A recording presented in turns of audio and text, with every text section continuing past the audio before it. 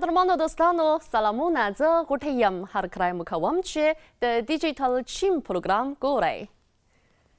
له تیرو څو کلونو راهیسې د چین په بېلابېلو ځایونو کې په بیروني ورزش کې د ګډون کوونکو شمېر د پرله-پسې زیاتوالي په حال کې دی او په مارکیټ کې یې د اړوندو تولیداتو ډولونه هم رنګارنګ شوي دي.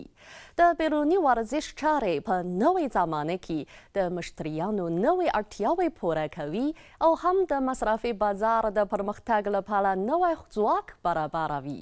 نو زه به په نننۍ پروګرام کې د ګڼو شمېرو له مخې په چین کې د بیروني ورزش اړوندو معلوماتو ته کتنه وراړم.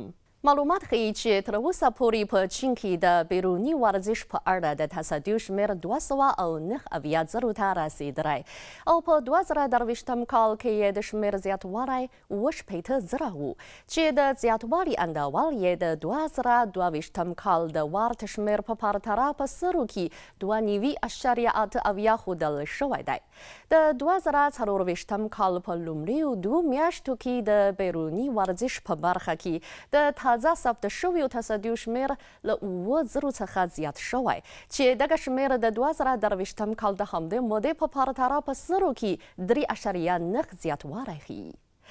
تیر کال په چین کې له 2023 کال څخه تر 2025 کال پورې د بیروني ورزش د تاسیساتو د آبادۍ او خدمات د پیاوړتیا عملي لایحه خپاره شوی چې د چین د ملي پرمختګ او اصلاحاتو د کمیټې او د ورزش د ملي ادارې په شمول د 5 ادارو لخوا طرحه شوې ده. د دغې لایحې له مخې تر 2025 کال پورې به په دغه هیواد کې د بیروني ورزش د چارو عمومي اندازه 3,000 میلیارد یوانو ته ورسیږي. د چین د جونګشنګ د صنعتي چارو څېړنیزې اکاډمۍ چې په دغه هیواد کې د اقتصاد او صنعتي چارو د شمېرنو یو لوی شرکت دی له 2024 کال څخه تر 2029 کال پورې د چین د بیروني ورزش د سامانونو او تجهیزاتو د چارو د پرمختګ وړاندوینه خپاره کړې ده.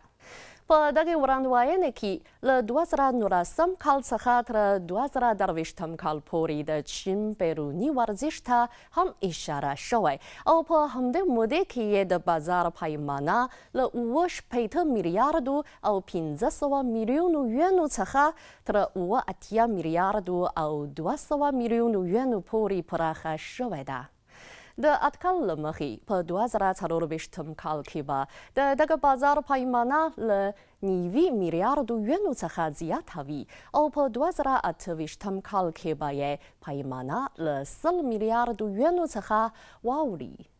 د اقتصاد او ټولنې د پرمختګ او د خلکو د ژوند د سویې له لوړتیا سره سم مشتریان بدني روغتیا او د ژوند کیفیت په لا درنو سترګو ګوري.